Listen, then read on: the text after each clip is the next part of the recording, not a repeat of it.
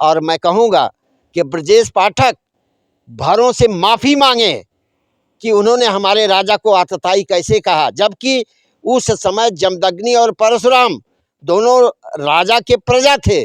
उन्होंने कहा है कि भगवान परशुराम आतताइयों को जब जरूरत पड़ी तब उनका कत्ल किया है, उनको मार के भगाया है। मैं ब्रजेश पाठक जी से बड़े विनम्र निवेदन के साथ पूछना चाहता हूँ कि आतताई का मतलब आप क्या समझते हैं? ये का मतलब आक्रांता लुटेरा, आक्रांता नहीं था। आक्रांता कौन होता है? मैं अगर कहूँ थोड़ा कड़वा तो लगेगा, लेकिन सच है कि जो काम सैयद सलार मसूद गाजी ने किया था, राजा सुहेल देव के राज पे आक्रमण किया था और उनसे युद्ध किया, वही काम तो जमदग्नि और परशुराम ने भी किया। तो अब इसमें आतताई परशुराम या जमदग्नि है कि आतताई राजा केरारवीर है। दो नेता हमारे पक्ष में हैं, वो सरकार में हैं, कैबिनेट मंत्री हैं, अनिल राजभर जी हैं, ओम प्रकाश जी हैं। ओम प्रकाश जी से मैं पूछना चाहता हूँ कि इतना बड़ा अपमान हमारे समाज का, राजभर समाज का हो रहा है, आप गए हैं वहाँ पर, उस पार्टी से आपने समझौता किया है, तो क्या हमारे समाज का बाल बनाने के लिए उसके सर का गए हैं आप वहाँ? घोसी से उनके लड़कियों को टिकट मिला था, एमपी का टिकट मिला था, वो इलेक्शन में खड़े थे। यही ब्रजेश पाठक है, यही ब्रजेश पाठक अरविंद राजभर को, जो वहाँ के प्रत्याशी थे, इनके लड़के हैं ओम प्रकाश के, उनको घुटने पर टिका के माफी मंगवाया। वो अरविंद को माफी नहीं मंगवाया, वो हमारे पूरे राजभर समाज से माफी मंगवाया उसने। ब्रजेश पाठक को ये मालूम था केरारवीर का युद्ध और परशुराम का युद्ध, ये उसको अच्छी तरह से मालूम था, इसलिए हमारे समाज को अपमानित करने के लिए उसको घुटने पर टिकाया।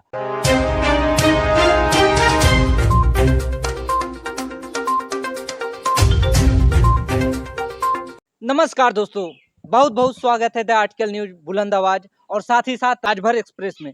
राजभर एक्सप्रेस चैनल जो है हर तरह की न्यूज राजभर समाज का जो है पटल पे रखता है।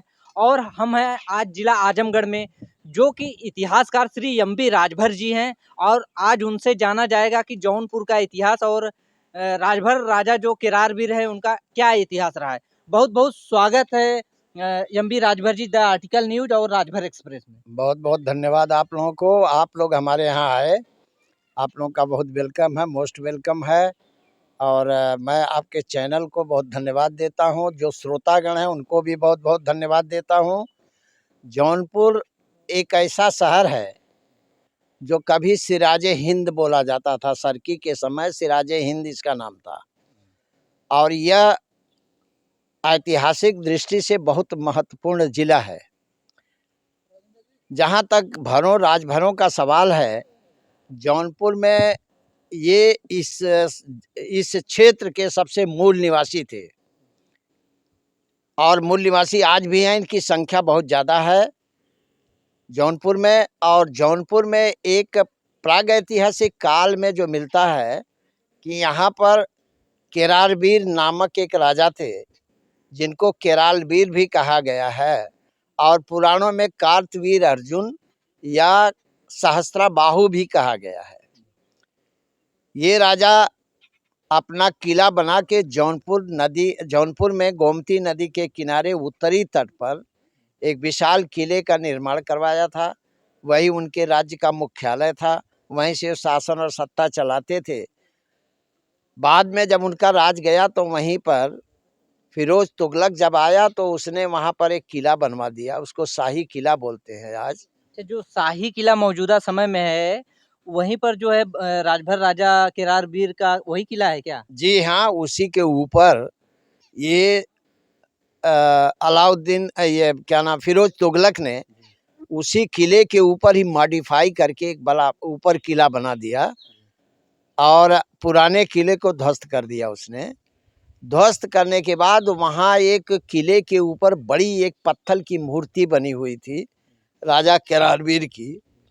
केरारवीर जब एक बार बहुत तगड़ी बाढ़ आई थी, वो क्योंकि पत्थर बहुत वजन था, वो किनारे पर था, इसलिए नीचे जब गिर गया तो उसका धड़ अलग हो गया और सिर अलग हो गया। सिर उसका नदी में किधर बह के चला गया कुछ पता नहीं चला, लेकिन उसका धड़ आज भी मौजूद है। जहाँ पर किले के पश्चिमी और दक्षिणी छोर पर एक मंदिर बना दिया गया है, उसी धड़ को बीच में रख करके। तो वही जो केरारबीर जो मंदिर है जी उसी की तो बात आप नहीं कर रहे जी, हैं? उसी की हम बात कर रहे हैं। वो राजा केरारबीर का मंदिर है वो। उनका धड़ के रूप में वहीं पत्थर की एक मूर्ति है, लोग पूजा करने जाते हैं। ये प्रमाण है कि आज भी उनके प्रमाण दिखाई देते हैं कि वहाँ पर ऐसा था। और केरारबीर राजा जब थे तो गोमती नदी ऊपर से बह रही और उसके नीचे सुरंग खोद करके वो लेके गए थे नदी उस पार दक्षिणी छोर पर। एक वहाँ से निकाले थे कि अगर किले पर आक्रमण हो तो हम इधर सुरंग से निकल के नदी के उस पार चले जाएं। तो वहाँ एक हाथी की मूर्ति बनी हुई है बड़ी पत्थर की, और उसी हाथी पर एक घोड़ा चढ़ा हुआ है। हाथी पे घोड़ा चढ़ा हुआ। जी, वो पत्थर की मूर्ति वहाँ आज भी मौजूद है, कोई भी उसे देख सकता है। तो ये जो आप बता रहे हैं हाथी घोड़े के ऊपर चढ़ा है, तो ये है का मतलब कौन सी ओर है, कौन सी तरफ है? ये शाही किला जब पार करेंगे उसके दक्षिण तरफ दक्षिण। आप जाएंगे, शाही किला के दक्षिण तरफ, तो ये रोड जो गया है उसके बाएं तरफ फुटपाथ पर ही वो मूर्ति आज भी पड़ी हुई है, दिखाई देती है। पत्थर की मूर्ति है हाथी और घोड़े की। वहीं जाकर के निकलता था ये सुरंग अच्छा, का। मतलब ये गुप्त रास्ता था, ये गुप्त रास्ता था ताकि अगर कोई आक्रमण करे तो इधर से राजा और रानी इमरजेंसी में यहाँ से निकल जाए, क्योंकि नदी है। एक परमानेंट एक अस्थाई पुल था, उसको तोड़ दिया जाएगा और उधर निकल जाए और नदी से पार नहीं हो पाएंगे तो राजा आराम से वहाँ से निकल जा सकता है। ये केरारबीर का बहुत सा प्रमाण आज भी मौजूद है। धरती उसको संजोए हुई है। जैसे केराकत नाम पड़ा है तो केराकत केरारबीर के नाम से नाम पड़ा है। वो केराकत जौनपुर शहर के पूरब तरफ है, एक आज तहसील बनी हुई है केराकत। जी, केराकत तहसील बनी हुई है, उनकी वहाँ छावनी थी। और जमैथा एक जगह है जहाँ पे जमदग्नि ऋषि रहते थे। अभी मैंने सुना है कि 27 अप्रैल 2025 को एक ब्राह्मण सभा हुई थी हरियाणा में, जिसमें उत्तर प्रदेश के उप मुख्यमंत्री माननीय ब्रजेश पाठक वहाँ पे मुख्य अतिथि के रूप में गए थे। और उन्होंने जो बोला है मुझे काफी हर्ट हुआ है उनके बात से। उन्होंने कहा है कि भगवान परशुराम आतताइयों को जब जरूरत पड़ी तब उनका कत्ल किया है, उनको मार के भगाया है। मैं इससे अपरोक्ष रूप से कहा उन्होंने, हालांकि ब्राह्मण सभा में कहा है, कोई अपनी जात की सभा करे, हमें उससे कोई गुरेज नहीं है, हमें कोई मतलब नहीं है उससे। लेकिन अपने सभा में, अपने जात की सभा में किसी जात को अपमानित करके बोला जाए और तथ्यहीन बात बोली जाए, वो बड़ी ऑब्जेक्शनेबल बात है। वो मैं कतई बर्दाश्त नहीं कर सकता हूँ, क्योंकि मैं इतिहास की उस गहराई को, उस समय की गहराई को मैं जानता हूँ। मैं ब्रजेश पाठक जी को ये बताना चाहता हूँ कि राजा केरारबीर का राज था, बहुत दूर तक था, मध्य प्रदेश जबलपुर तक मालूम पड़ता है कि वहाँ तक राज था। उनके राज में जमैथा जमदग्नि के नाम से पड़ा है। जमैथा में जमदग्नि ऋषि रहते थे। उनके राज में, केरारबीर के राज में राजा शिकार खेलने गए थे, आए राजा केरारबीर शिकार खेलने गए थे। वो फौज के साथ में कुछ उसने लाव लश्कर भी थी साथ में। जब वहाँ से लौट रहे थे तो देखे जंगल में एक आश्रम बना हुआ है, वहाँ गए, सोचे पानी पिएंगे। तो वहाँ गए तो देखा उन्होंने कि वहाँ ऋषि हैं और बड़ा बुलंद स्थान बना हुआ है। तो उन्होंने कहा पानी पिलाइए, प्यास लगी है, हमारी फौज भी भूखी है, अगर कुछ हो सके तो इनके भोजन का व्यवस्था करिए। अच्छा, जमदग्नि ऋषि से जो है केरारबीर राजभर कहते हैं। केरारबीर कहते हैं जमदग्नि ऋषि से। तो ऋषि क्या है, एक गाय थी। ऋषि परेशान हो गए कि इतना आदमियों का भोजन हम कैसे कराएंगे। तो उनके यहाँ गाय थी, उसका नाम कामधेनु था। वो गाय में ये ताकत थी कि वो जितना आदमी को भोजन चाहे वो भोजन तैयार हो जाता है, अपने आप तैयार हो जाता था। वो गाय के माध्यम से सभी को भोजन कराया गया। सब लोग भोजन से तृप्त हुए, पानी से तृप्त हुए। जब तो पूछने लगा राजा कि आपने इतनी जल्दी व्यवस्था कैसे कर ली, तो उन्होंने कहा मेरे पास एक गाय है जिसको ये वरदान है, उसकी वजह से ये सब हुआ, मैंने व्यवस्था किया। वो कहा मैं गाय को देखना चाहता हूँ। गाय को देखने गए, देखा बड़ी सुंदर गाय थी। तो उन्होंने कहा देखो ये गाय हमको दे दो, क्योंकि मैं देश का राजा हूँ। हमारे यहाँ कोई ऐसी व्यवस्था अगर एकाएक आ जाए, ये गाय रहेगी ताकि मैं सभी को भोजन कराने की व्यवस्था, पानी जलपान की व्यवस्था मैं करा सकूं। ये मेरे यहाँ रहनी चाहिए गाय। लेकिन जमदग्नि ने कहा मैं ब्राह्मण जात का हूँ, मैं दान लेता हूँ, दान देता नहीं हूँ, और मैं अपनी गाय को आपको दान नहीं दे सकता हूँ। इसमें थोड़ा तकझक हुई, बात और आगे बढ़ गई। राजा ने तलवार से मारा, जमदग्नि का सिर ही कट गया। जमदग्नि ऋषि का जो है सर गाय न देने पर केरारवीर राजभर ने सर धड़ से अलग कर दिया। इसके बाद जब परशुराम आए तो उनको मालूम पड़ा ये बातें, तो उन्होंने प्रतिज्ञा किया थी मैं भरों का विनाश कर दूंगा, मतलब इस क्षेत्र से। हमारे पिताजी को जो है इन्होंने मारा है जी, पूरे भरों का साम्राज्य खत्म कर दूंगा। जी, इनका साम्राज्य खत्म कर दूंगा, तो ये प्रतिज्ञा किया। और इसके बाद परशुराम अपना षड्यंत्र चालू कर दिया, और षड्यंत्र के माध्यम से ही भर राजा केरारवीर का कत्ल कर दिया उन्होंने। कत्ल करने के बाद वहाँ एक बताते हैं कि लोहित स्थान है, जहाँ इतना लहू गिरा था, उसका लोहित स्थान नाम पड़ गया है, आज भी है वो प्रमाण के तौर पे। राजा केरारवीर, अब सवाल ये आता है कि केरारवीर, पहली बात यह कि केरारवीर की औरत का एक, कई औरतें थी उनके पास, कई रानियां थी, उसमें से एक मनोरमा नाम की भी रानी थी, और जमदग्नि की स्त्री का नाम रेणुका था। ब्रह्मवैवर्त पुराण के अनुसार रेणुका और ये मनोरमा दोनों सगी बहनें थी। अब भर राजाओं में अक्सर प्रचलन था कि कई रानियां रहेंगी, लेकिन उसमें एक ब्राह्मण कन्या जरूर रहेगी। उसी को आधार बना करके उन्होंने मनोरमा से शादी कर ली, और मनोरमा इनके यहाँ आ गई, और रेणुका उसी के, उन्हीं राजा केरार के राज में रहती थी जमदग्नि के साथ में। अब रेणुका की एक अलग कहानी है, मैं उस पर नहीं जाऊंगा। लेकिन ये जब मर गए केरारवीर, तो इसके बाद राजपाट इनका छिन्न भिन्न हो गया। मैं ब्रजेश पाठक जी से बड़े विनम्र निवेदन के साथ पूछना चाहता हूं कि आतताई का मतलब आप क्या समझते हैं?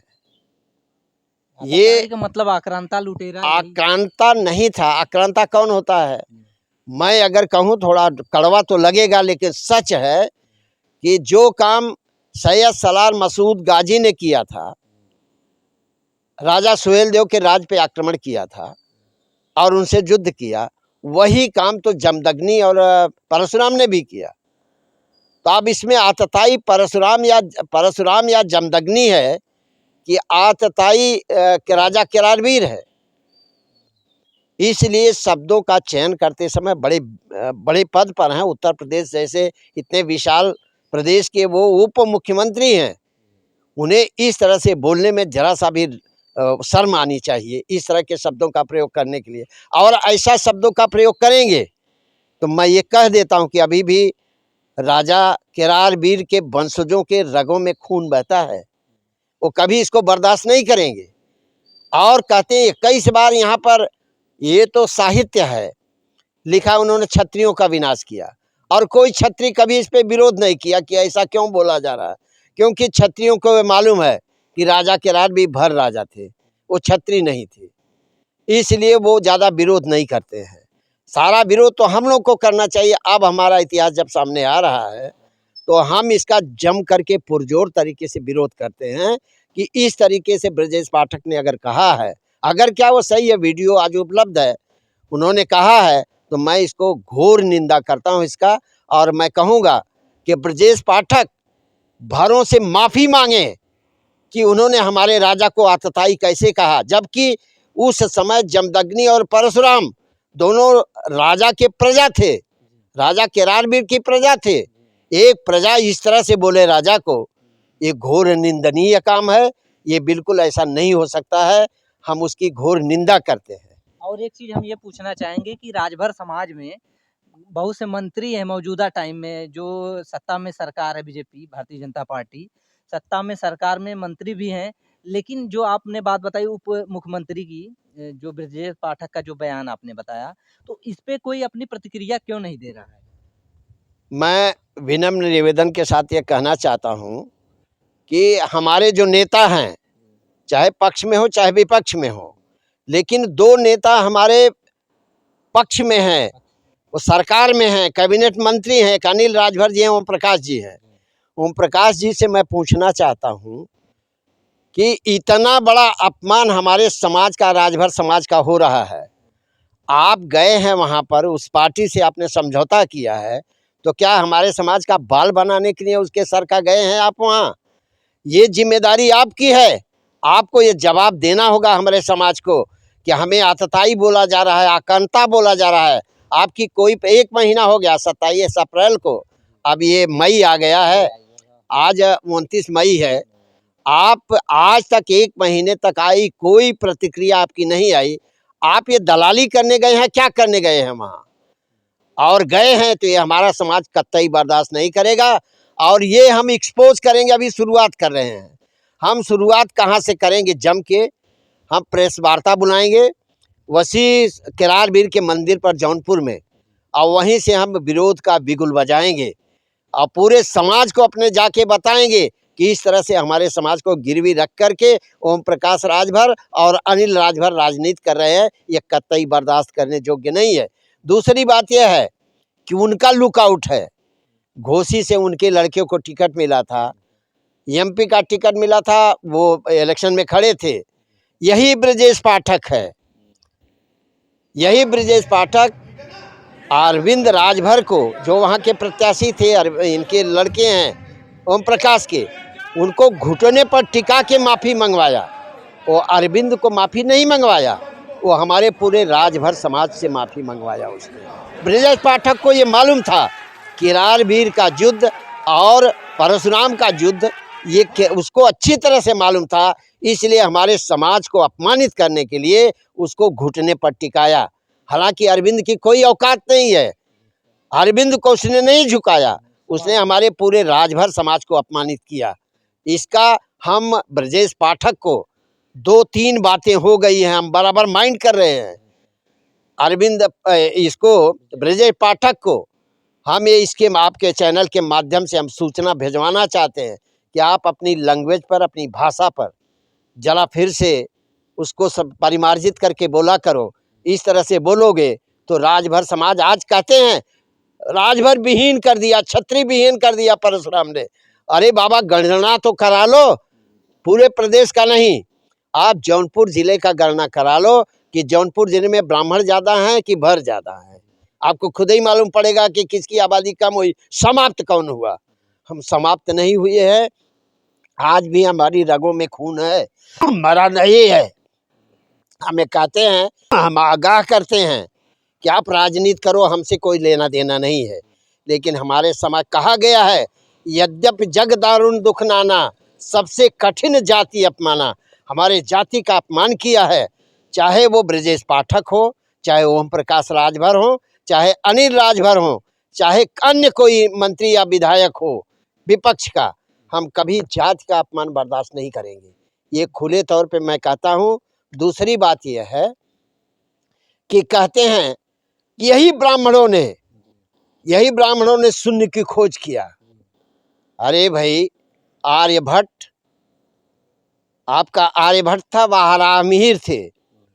ये कब हुए? आप क्रोनोलॉजी देख लो। और आपको पता होना चाहिए, प्रागैतिहासिक काल में आप ही के बाप दादाओं ने लिखा है कि राजा सगर के 60,000 बच्चे पैदा हुए थे। तो 60,000 बगैर शून्य के आप लिखते कैसे थे? ये मुझे बताओ। ये बात तो आपने बड़े पते की कही। दूसरी बात यह है कि रावण के 10 शीश थे, वो 10 कैसे लिखते थे? उसमें जीरो नहीं लगता था क्या? ये आपकी कपोल कल्पना अब वो नहीं चलेगी। आप लोगों ने देश को बहुत बर्बाद किया, अब बर्बाद नहीं करने पाएंगे। अब विज्ञान का युग है और सभी लोग वैज्ञानिक दृष्टिकोण से मंथन कर रहे हैं। आपकी बेवकूफ़ी भरी बातें अब नहीं चलेगी।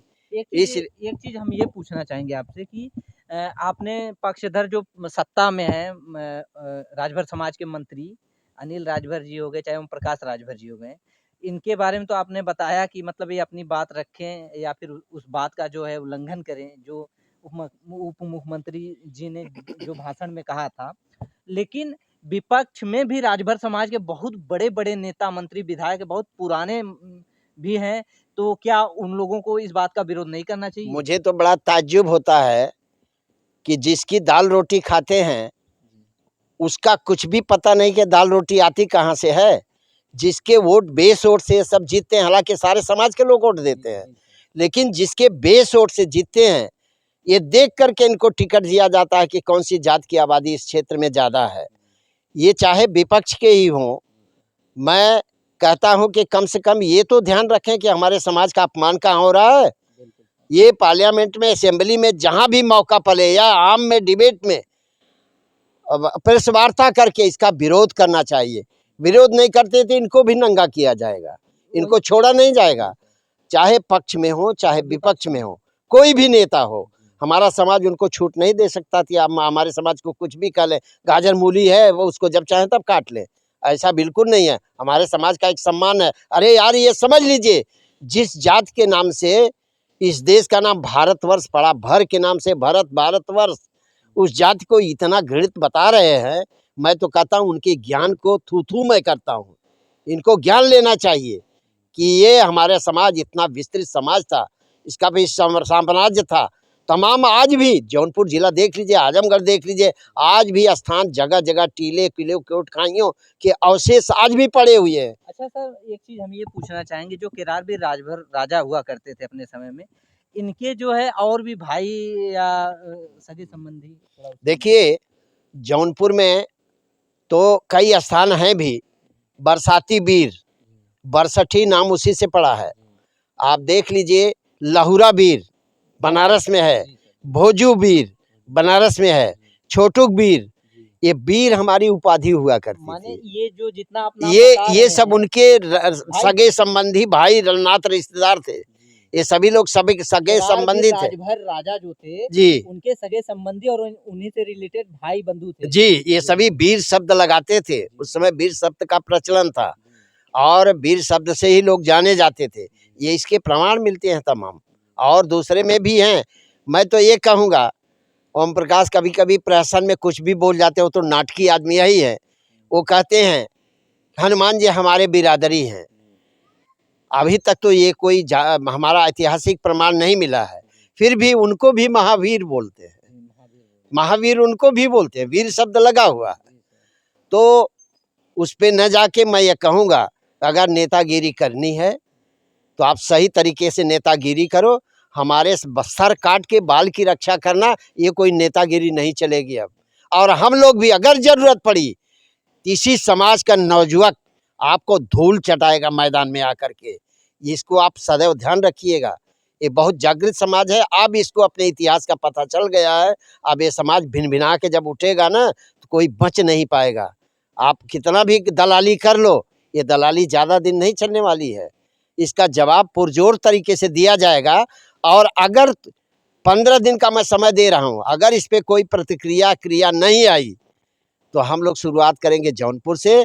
और आने वाले 2027 के इलेक्शन में हमारा समाज जम के इसका जवाब देगा। वोट के माध्यम से देगा, सड़क पर देगा, एजिटेशन करके देगा, प्रोटेस्ट करके देगा। इनको समझ में आ जाएगा कि राजनीति क्या होती है। बहुत बहुत धन्यवाद आपको। दोस्तों, ये थे जो है इतिहासकार एम.बी. राजभर जी, जो कि आज इनसे जो है जानने का प्रयास किया गया कि राजभर राजा जो किरारवीर है, जो जौनपुर के राजा हुआ करते थे किसी समय में, उनसे रिलेटेड जो तथ्य रखें इतिहासकार जी, काफ़ी बेबाकी से रखा और खूब टटोल के मतलब एक-एक तथ्यों पर जो है काफ़ी आकर्षित करवाया। आप लोग इस इतिहास या इस इतिहासकार जी के इतिहास से कितने संतुष्ट हैं, अपनी राय कमेंट बॉक्स में ज़रूर दीजिए।